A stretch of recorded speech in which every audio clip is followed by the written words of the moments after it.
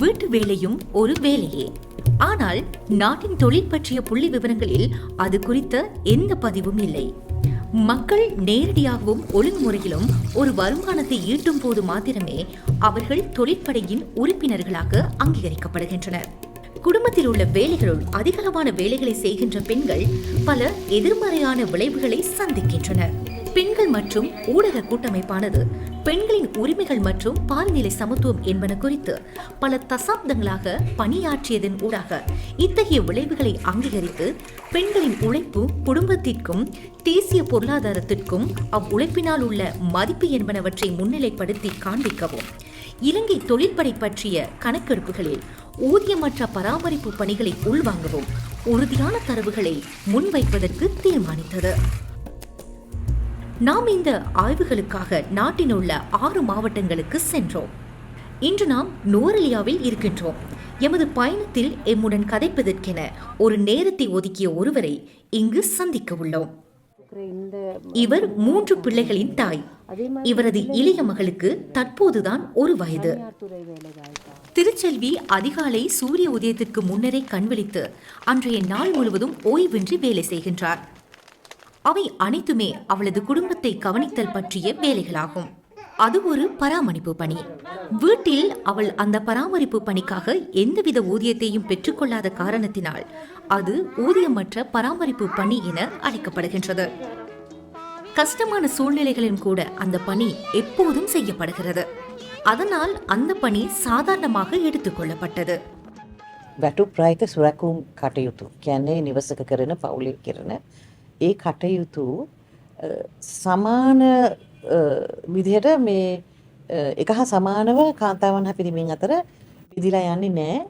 එහෙම වෙන්නේ හුඟක් අවස්ථාවලදී එහෙම වෙන්නේ සමාජයේ ආකල්ප තියෙනවා. දැන් ඒ ආකල්ප මේ ස්ත්‍රී පුරුෂ සමාජ භාවය මත පදනම් වුණ ආකල්ප කියන්නේ ඒ අනුව මේ කාන්තාවන් උපන් දා ඉඳන්ම ගැහැණු ළමයි ගැහැණු දරුවෙක් වෙලා ඉපදුනාම ඉපදෙන්නෙම උයන්නයි පිහින්නයි ළමයි බලා ගන්නයි ළමයි හදන්නයි වැඩිහිටියන් බලා ගන්නයි ඒක අර මේ උපන් දා ඉඳන්ම තියෙන දෙයක් කියලා පිරිමි දරුවන් ඉපදුනාම ඒක ඒගොල්ලන්ට එහෙම දෙයක් නැහැ කියලා. අසාමාන්‍ය ලෙස බෙදී තියෙන වගකීම් අද 21 වෙනි සතවර්ෂයේදී ඒක ඇත්තටම ප්‍රායෝගික නැහැ. ඇත්තටම අසාධාරණයි. இத்தகைய சமத்துவமின்மையை நிவர்த்தி செய்வதற்காக பெண்கள் மற்றும் ஊடக கூட்டமைப்பு இலங்கையில் ஊதியமற்ற பராமரிப்பு பணி பற்றிய இந்த விரிவான ஆய்வை முன்னெடுப்பதற்கு சமூகவியலாளர்கள், பொருளாதார வல்லுநர்கள் மற்றும் மாவட்டங்களில் உள்ள பங்காளர் நிறுவனங்கள் ஆகியோருடன் ஒன்றிணைந்து செயற்பட்டது. இது ஊதியமற்ற பராமரிப்பு பணியை அளவிடுவதற்கும் மதிப்பிடுவதற்கும் அத்துடன் அதனை வெளி உலகத்தின் பார்வைகளுக்கு புலப்படுத்துவதற்குமான ஒரு முயற்சியாகும். நாம் ஒவ்வொரு குடும்பத்தையும் பற்றிய தகவல்களை சேகரிப்பதற்கென ஒரு வினாக்கொத்தை பயன்படுத்தினோம். பின்னர் ஒரு வாரத்தில் குடும்பத்தில் அன்றாடம் நிறைவேற்றப்பட்ட ஒவ்வொரு பராமரிப்பு செயற்பாட்டிற்கும் எடுத்துக்கொள்ளப்பட்ட நேரத்தை விவரமாக குறிப்பதற்கு நாம் ஒரு நாட்குறிப்பை பயன்படுத்தினோம். வேலையில் ஏற்படும் பருவகால வேறுபாடுகளையும் உள்வாங்குவதற்கென ஆங்காங்கே விடப்பட்ட இடைவெளிகளுடன் சேர்த்து 2 நாட்குறிப்புகள் நிறைவடைந்தன. අපිට මේක වැදගත් වෙන්නේ විශේෂයෙන්ම කාන්තාවන්ගේ ශ්‍රමය සම්බන්ධව විවිධ ප්‍රවාද තියෙනවා. ඒ ඔක්කොම ප්‍රවාද ඇත්තටම තියෙන්නේ ඍණාත්මක ප්‍රවාද. ඒ කියන්නේ ඒ අපේ රටේ මේ නිෂ්පාදනයට රටේ තියෙන සේවාවන් වලට වැඩි දායකත්වයක් නැති විත්‍ය තමයි මේ ප්‍රවාද වලින් කියවෙන්නේ. ඉතින් මේ ප්‍රවාද ඇත්තටම ඊටාම අහිංසක ප්‍රවාද නෙමෙයි. ඊටාම ගැඹුරු ප්‍රවාද. ඒ ප්‍රවාද නිසා කාන්තාවන් කවුද, කාන්තාවන්ගේ ශ්‍රමය කුමක්ද, කාන්තාවන්ගේ තියෙන අයිතිවාසිකම් කුමක්ද, මේ හැම එකම මේ ප්‍රවාද නිසා එයාට යම්කිසි ඍණාත්මක බලපෑමක් ඇති වෙනවා. බාහිර තැනක ගිහිල්ලා පඩියකට රැකියාව නොකලත් එයා ගෙදර කරනවා කිසියම් සේවාවක්. ඒ සේවාව කිරීම නිසා ඒ ගෙදරට මිලදී ගන්න සිදුවෙනා වූ සේවාවන් ඇයගේ සේවාවන් නිසා නැති වෙනවා. ඒ කියන්නේ අය රාජ්‍යයේ නැත්නම් මුළු අපේ සමාජයේ තියෙන සංවර්ධනයට අවශ්‍ය ශ්‍රමදායකත්වය තමයි අය දක්වන්නේ. ඉතින් ඒක අපිට ස්ටැටිස්ටික්ස් වල පේන්නේ නැහැ. ඉතින් මේ තේරුම් ගන්න තමයි අපිට මේ අධ්‍යයනයක අවශ්‍යතාවය තියෙන්නේ. படிச்சுட்டு ஏதாவது ஒரு ஜாப் செய்யுங்கிற எண்ணத்தில் தான் நாங்கள் படித்தோம். படிப்போம்னா 10 மட்டும் படிச்சுட்டு வீட்டில் சரி நம்மளோட வீட்லேயும் கஷ்டம், நாங்கள் 5 பேர் அம்மா கொஞ்சம் சோமில்லாதவங்க. அவங்க சொன்னால் அவங்களுக்கு வந்து ஹார்ட் அட்டாக் மாதிரி இருந்திருந்தாக்கில் மலையத்தில் வேலை செஞ்ச வாக்கில் வீட்டுக்கு கொண்டு வந்துடுவாங்க. பார்த்துக்க ஆள் இல்லை. 7 மணி பஸ்க்கு பெரிய மக போயிடுவாங்க. 2வது 7:30 ஸ்கூலில் விடணும். அதுக்கு பிறகு தான் நான் கொண்டு போய் கிரச்சில் விட்டுட்டு 8 மணிக்கு இடையில நான் வேலைக்கு போவேன். சமாளிக்க இயலாது என்னால். அதனால தான் நான் மலையகத்துக்கு வேலைக்கே போனேன். வேலைக்கு போகிற நோக்கம் வீட்டில் உள்ளவங்களுக்கு விருப்பம் இல்லை. ஸ்டேட்டில் வேலை செய்கிறது வீட்டில் உள்ளவங்களுக்கு அறவே விருப்பம் இல்லை. என்னோட எதிர்பார்ப்பில் தான் நான் போனேன். வேலை செஞ்சால் இப்போ கொஞ்சம் இந்த மாதிரி பின்னுக்கு நன்மைகள் இருக்கும் தானே பிள்ளைகளுக்கு. நம்மளுக்கு இல்லாட்டி பிள்ளைகளுக்கு ஒரு நன்மை இருக்கும் தானே. ETF அதெல்லாம் பிடிக்கிறாங்க. பிள்ளைகளுக்கு தேவைப்படும் தானே பிற்காலத்துக்குன்னு சொல்லி தான் வேலைக்கு போனேன். பிள்ளைகள் வந்து இப்போ நான் அது வந்து சேலரியில் பிடிச்சி வந்துடும். கிரேச்சுக்கு போடுற பாபாவுக்கு 1770 ரூபான்னு பிடி போட்டுரும். இப்போ கொஞ்ச நாளாக வேலைக்கு போவேன். நான் பிரித்து பிள்ளைகளை பார்த்துக்க ஆள் இல்லை. பிள்ளைகளை கிரேச்சியும் மூடி ஸ்கூல் போகிற நேரம் பாபாக்கிட்ட விட்டுட்டு தான் வேலைக்கு போனேன். ஸ்கூல் தொடங்கின பிறகு யாரும் இல்லை விட்டுட்டு போகிறதுக்கு. நான் இருந்து தான் பாபாவை பார்த்துட்டு இருந்தேன். ஹஸ்பண்ட் வந்து கொஞ்சம் ட்ரிங்க்ஸ் பண்ணுவார். ஆனால் சரியான கஷ்டம். வெளியில் வேலை வந்து சரியான கஷ்டம். அவரால் நெஞ்சு வருத்தம் இருக்குது அவருக்கு. அவர் வந்து கிளினிக் பேஷண்ட் ஒன்று தான். கஷ்டப்பட்டு வேலையெல்லாம் எதுவும் செய்ய இல்லாத அவருக்கு பெருசாக. வீட்டு வேலைக்கு உதவிக்கு யாரும் அப்படி இல்லைங்க சார். அப்படி உதவி செய்யணுமா இருந்தால் அவங்களுக்கு நம்ம ஏதாவது உதவி செய்கிற மாதிரி இருக்கணும். அங்கே ஒன்று காசு கொடுக்கணும். ஏதாவது உதவி செய்கிற மாதிரி நமக்கு அந்த நிலைமையில நான் இல்லை.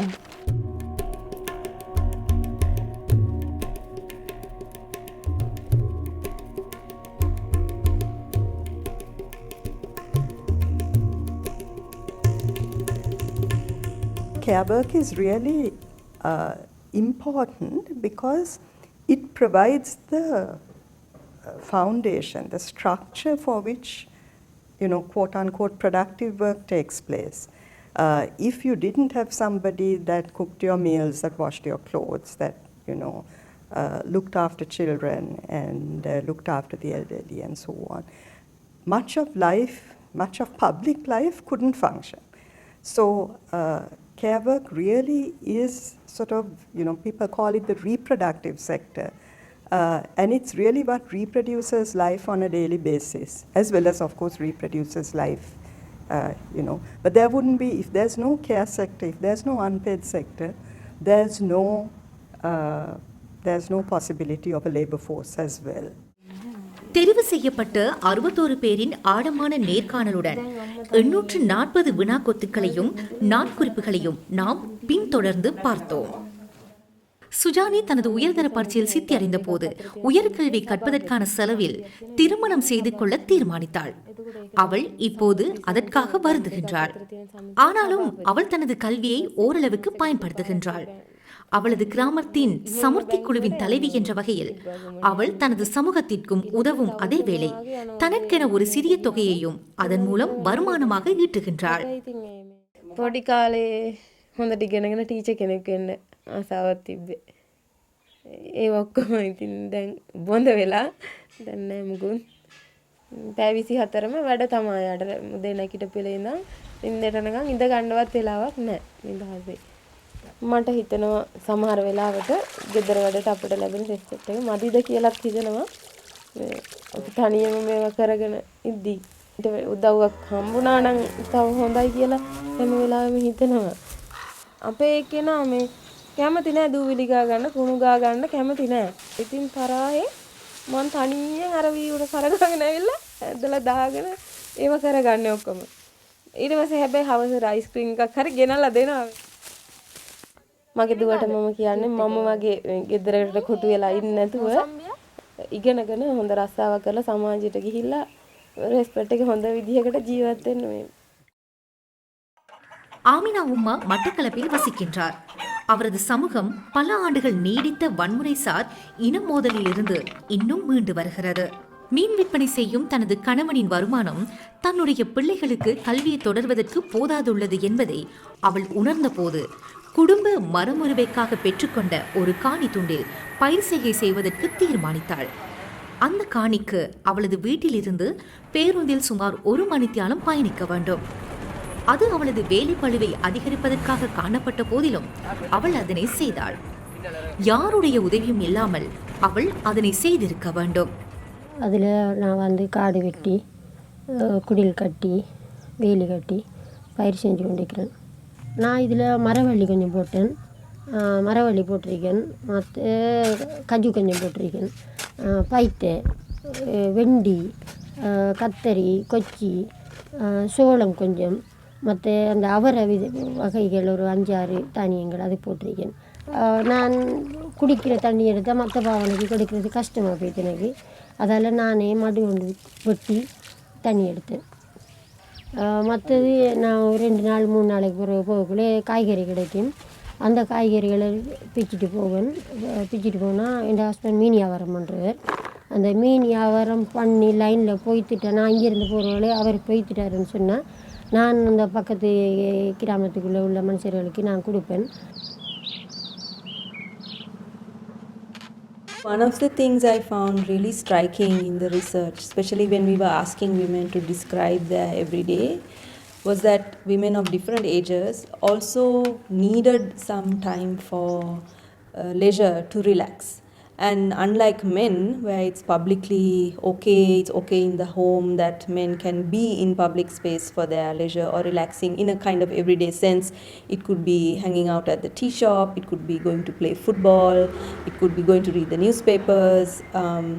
That was seen as okay. For women, there is no such kind of acceptance in an everyday sense. But women did find that time for themselves, and that was really striking for me. For example, one of the women we spoke to, it was late at night when she went to kind of wipe down her cow, and she would sit and talk to her cow about her day, and she said that was very relaxing for her. Or early morning she would wake up and listen to the radio while she prepared the food to be sold that day. That was her time of relaxing.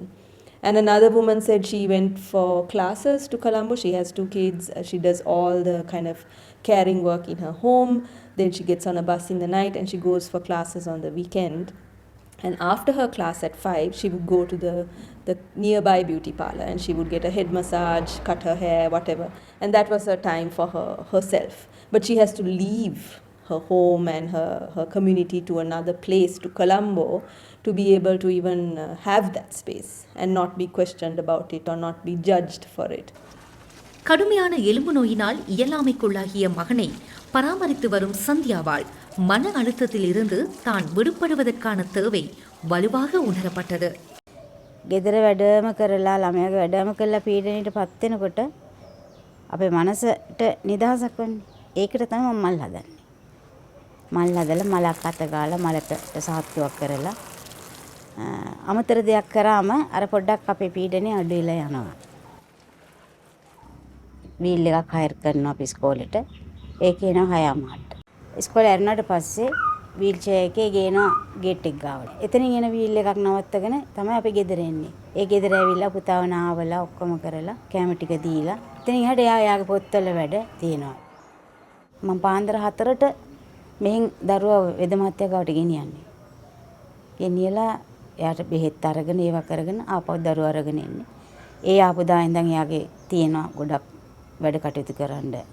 අවසර තියෙන එයාට ලොකු වැඩ කොටසක් තෙල් තවන්න තියෙනවා, තෙල් සාත්තු තියෙනවා. ඒවත් කන්නින් ගමන් ගෙදරට වැඩක් කරගෙන පැයක්වත් නිකන් ඉන්නවා කියන්නේ ඒක හරි අමාරුයි.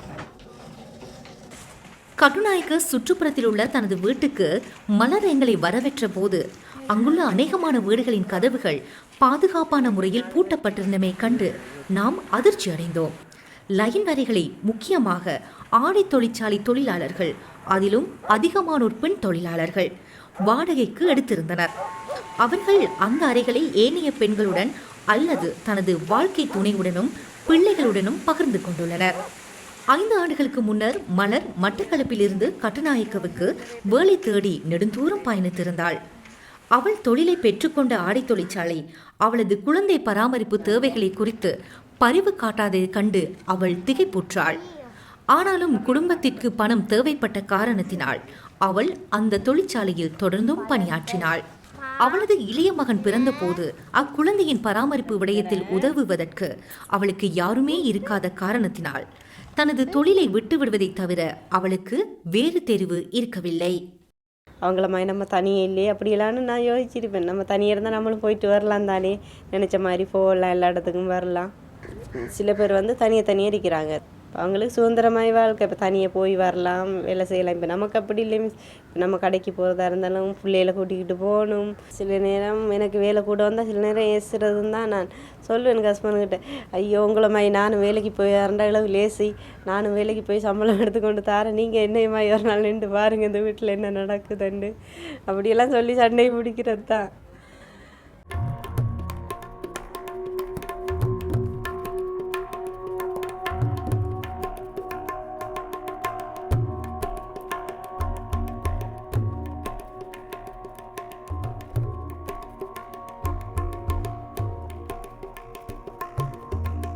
So we are 52% as women, we are 52% of the population, but we're also 56% of the voter base, right?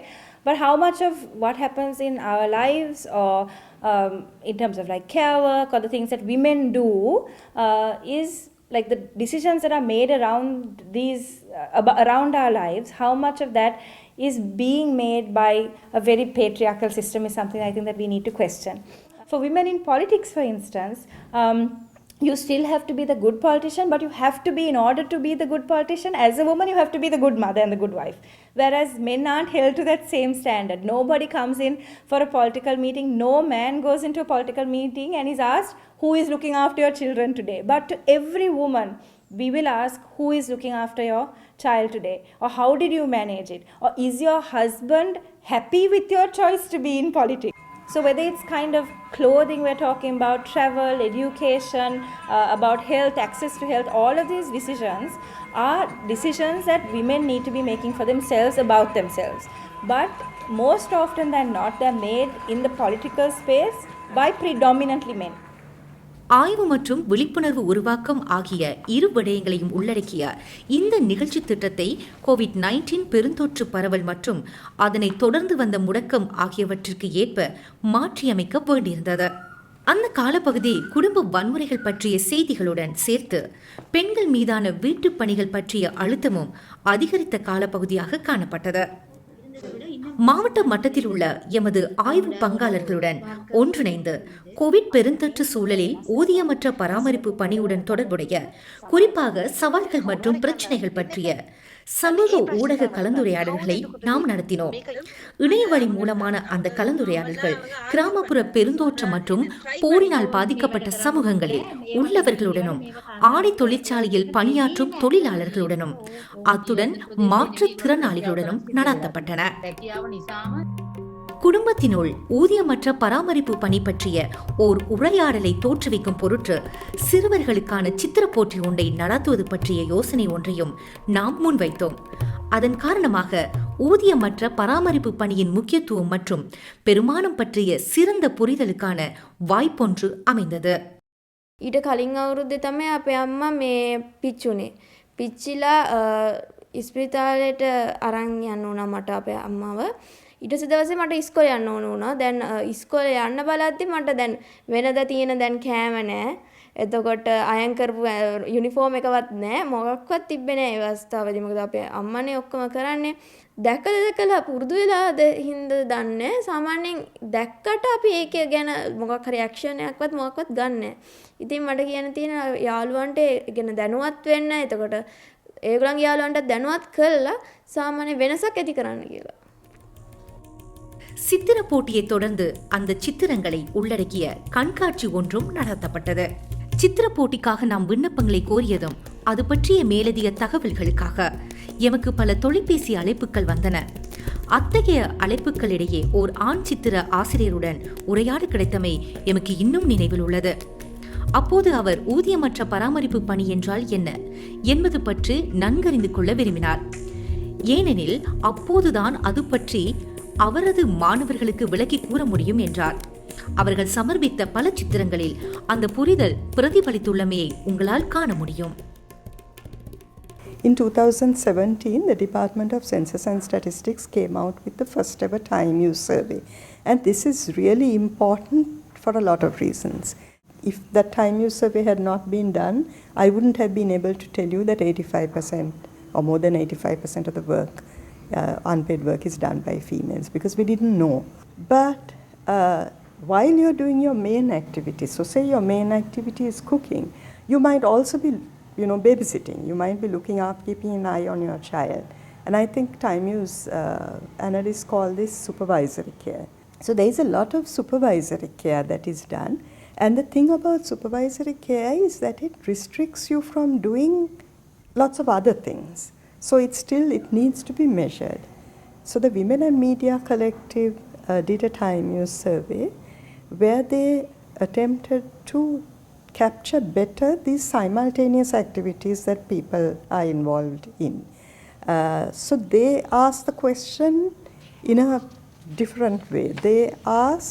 They gave people actually a set of activities that they could be doing, as well as they had, some possibility for people to mention other activities as well. And they gave them time slots. And they just asked people, did they do this activity during this time slot?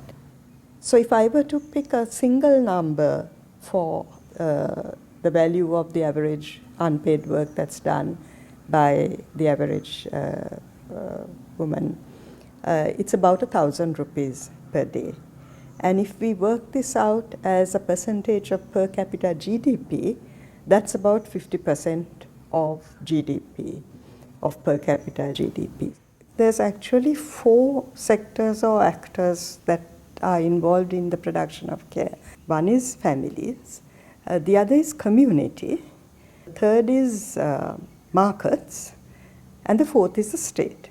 So if we want to reduce the amount of unpaid work that's been done within the family, these other sectors have to step up. I think there needs to be a conscious effort to have services for care work. What I mean specifically would be daycare centers, drop-in centers for example, for people with disabilities during the day, so that the women who are caring for them also can then study, can go out for other work, can be employed, etc. Practical support like for the elderly, services for the elderly, so that the care work, the state also takes responsibility to provide those services and provide support for women who are doing that services, that service, that work in the home. දැන් හුඟක් වෙලාවට අපි බලුවතින් විශ්වවිද්‍යාලයේ පුහුණු ලැබුවා හෝ වෙනින් ක්ෂේත්‍රයක පුහුණුකම් ලැබලා කියමුකෝ අපි ඒකාන්තාව රැකියාවක් කරන්න පටන් ගන්නවා. නමුත් ඒකාන්තාවට දරුවෙක් ලැබුණාම පළමුවම එයා හිතන්නේ ඒ රැකියාවෙන් අස් වෙන්න ඕනේ කියලා. මොකද ළමයා බලා ගන්න කවුරුත් නැහැ. අපි මං හිතන්නේ අවධානය යොමු කරන්න ඕනේ කොහොමද මේ කාන්තාවන්ට තමන්ට වැටුපක් ලබා ගන්න පුළුවන් රැකියාවකට යන්න ඉඩ හදන්න කියලා. ඉතින් මේ දරුවන් බලා ගන්න ක්‍රේෂ් කියනවා, මොන්ටිසෝරි කියනවා, චයිල්ඩ් කෙයාර් සෙන්ටර් කියනවා, right? එතකොට ඒවා වල ප්‍රමිතීන් තියෙන්න ඕනේ. ඒවා තිබෙන ඒ වගේම ඒ කාන්තාව එක්ක එයාගේ ගෙදර ළඟ වෙන්න පුළුවන්. එහෙම නැත්නම් එයා වැඩ කරන ස්ථානය ළඟ වෙන්න පුළුවන්. එහෙම නැත්නම් ඒ වැඩ කරන ස්ථානයේම වෙන්න පුළුවන්. මෙවැනි සේවාවන් පහසුකම් ලංකාවේ අවශ්‍ය තරමට තියෙනවා. ඇත්තටම අවශ්‍ය තරමට නැහැ. අපි බැලුවොතින් රජයේ මට්ටමේ වුණත් ප්‍රාදේශීය මට්ටමින් හෝ මේ පළාත් මට්ටමින් හෝ එහෙම නැත්නම් නගර සභාවල බැලුවාම යම් කියන්නේ ප්‍රයත්නයක් තියෙනවා මේවා කර දිය යුතුයි කියලා. නමුත් ඒ සඳහා ආයෝජනය කරන பட்ஜெட் එකෙන් දෙන සල්ලி හරිම ටිකයි. கொஞ்சம் வசதி வாய்ப்போட இருக்கும். இக்கணக்கெடுப்பு எம் அனைவருக்கும் ஓர் கற்றல் அனுபவமாக இருந்து வருகிறது. ஊதியமற்ற பராமரிப்பு பணியின் தன்மை மற்றும் விளைவுகள் குறித்து நாம் அதிகம் அறிந்துள்ளோம். உதாரணமாக பால்நிலை சமத்துவத்திற்கு அது ஒரு தடையாக இருப்பதை எம்மால் தெளிவாக பார்க்க முடியும். அது ஒரு பொருளாதார மற்றும் சமூக பிரச்சனையாகும். நாம் தனிநபர் மீதான ஊதியமற்ற பராமரிப்பு பணி சுமையை குறைக்க வேண்டும் என்பதுடன் அதனை குடும்பத்தினுள்ளும் சமூகத்தினுள்ளும் தனியார் துறையினுள்ளும் மற்றும் அரசு துறையினுள்ளும் மீள்பகிர்வு செய்யவும் வேண்டும். பெண்கள் மிக சிறந்த சுய உரிமை பெறுவதற்கு அவர்களுக்கு தேவைப்படும் மாற்றம் இதுவாகும்.